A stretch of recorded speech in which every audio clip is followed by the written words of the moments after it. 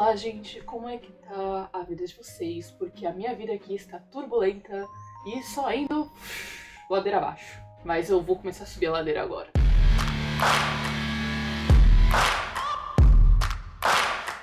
Bom, vamos lá, ao que interessa, ao tema do vídeo, que é o fato de eu ter demitido o meu tratador. Por que que eu demiti meu tratador? Sim, eu demiti já tem meses e já tem anos, já tem muito tempo que ele me dá problema e eu precisava muito colocar esse cara pra correr. E eu só não tinha colocado pra correr por causa de uma promessa. E a promessa chegou ao fim, graças a Deus. Pra quem não me conhece, eu sou a Juni e uma das coisas que eu mais falo aqui é sobre cavalos. E aí eu comecei a mostrar um pouquinho da minha rotina com eles no sítio, na minha vida, como é que é tê-los. E aí, como eu também tenho outros bichinhos, eu também comecei a adicioná-los a esse canal.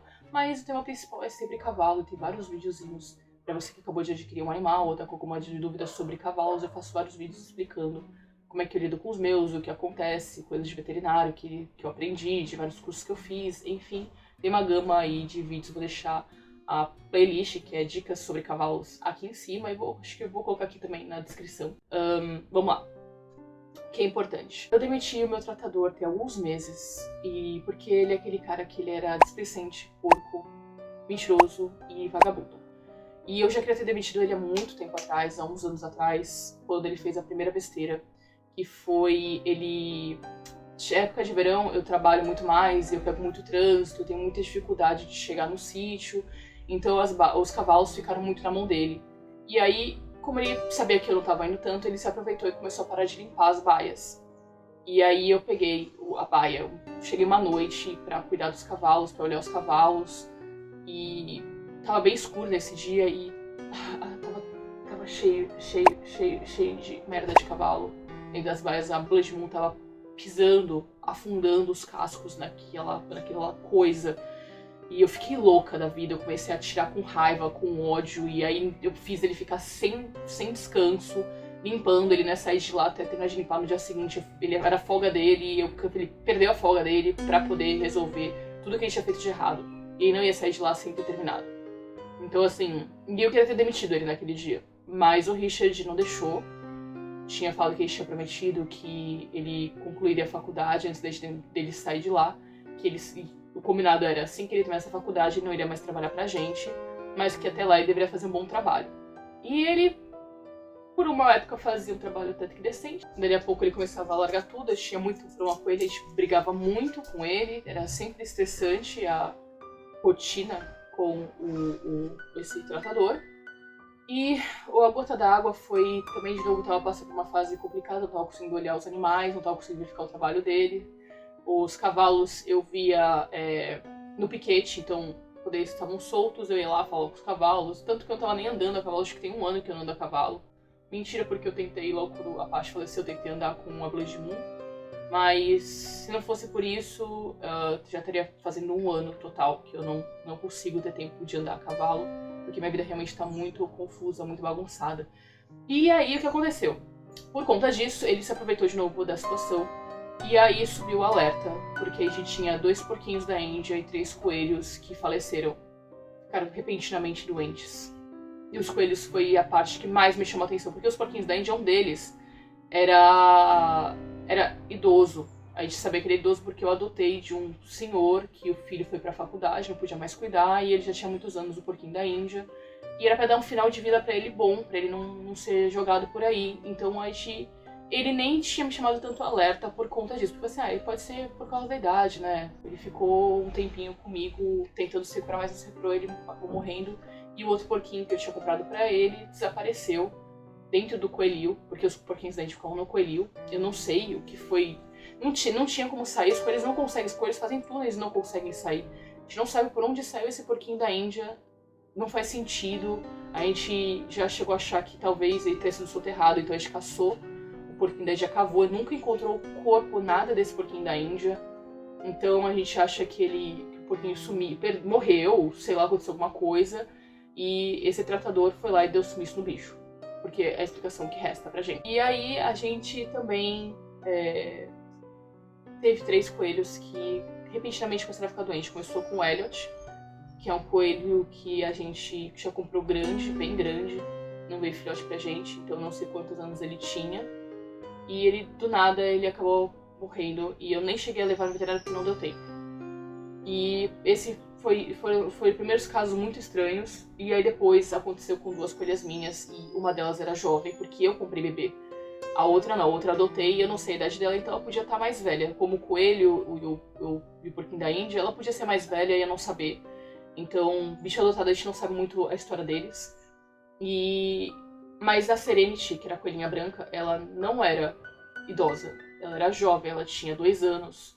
Então, ela repentinamente ficar doente do mesmo jeito que o coelho ficou e que a outra coelha ficou, não fazia muito sentido. Então não podia ser por idade. A gente não sabia, a gente começou a suspeitar de alguma doença na região, porque não faltava comida, os coelhos estavam emagrecendo, não faltava água. Tava tudo certo, eles tinham capim. Não fazia muito sentido eles começarem a ficar doentes assim do nada. E a gente levava nos veterinários, os veterinários não sabiam o que estava acontecendo, só falavam que era subnutrição. E aí eu olhava os dentes estavam ótimos, então não era porque os dentes estavam... Porque o coelho, quando você não dá capim ou feno, eles não roem, o dente começa a crescer e eles começam a ter problemas bucais, né? E não era o caso dos nossos coelhos, então, nesse sentido eles estavam ótimos. Não sabemos por que eles estão emagrecendo. E aí a Meimei morreu e a Serenity morreu. E eu tentei salvar de todos os jeitos e não consegui.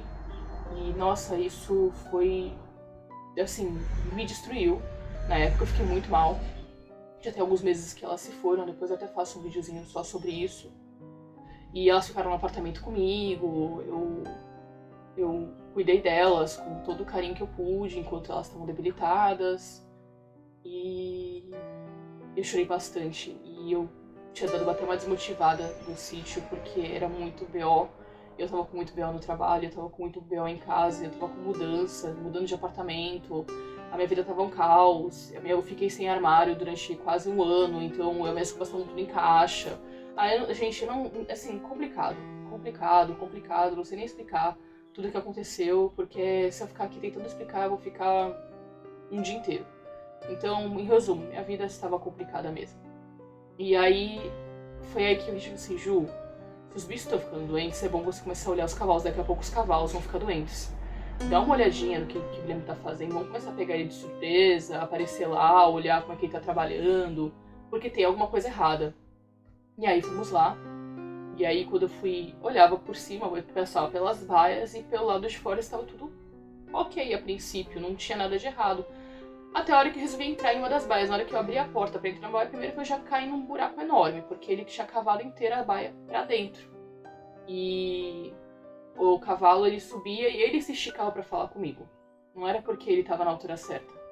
Então eu já tava com uma coisa errada, só que ele também depois parou de cavar, porque ele não queria ter que aterrar de novo a baia. Então o que ele fez? Ele cavou por um tempo, fez a baia ficar funda, e aí, pra não ter que continuar cavando, ele parou. E ele teria que aterrar, porque nossas baias são de terra. E aí ele falou, não vou aterrar, mais fácil eu não limpar. E esse bicho parou de limpar as baias. Então você tinha uma baia funda e cheia de cocô de cavalo, xixi de cavalo, e os cavalos, aquilo ali parece uma lama. Ele falou assim, ai não, é porque anda chovendo muito, e aí eles ficam pisoteando, e isso daí tudo é lama. E não era lama, aquilo ali era cocô, puro cocô de cavalo, mas muito cocô de cavalo, muitos cavalos atolavam no cocô deles mesmos.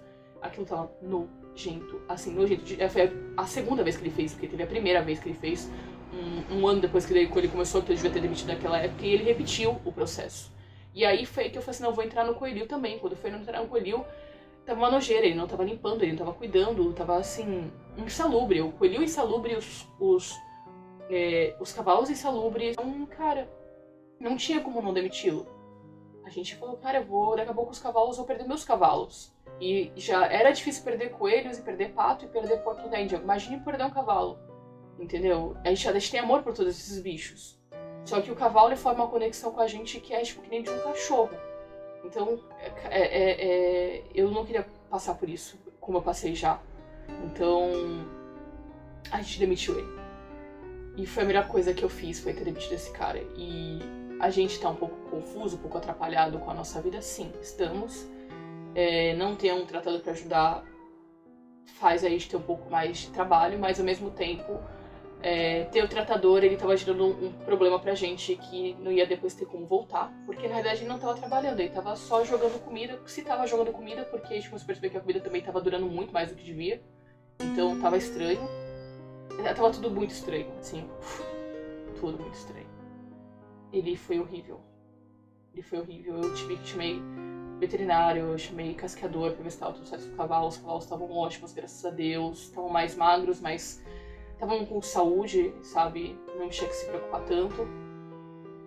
E os coelhos, eu limpei, cuidei, vermifuguei, dei um monte de...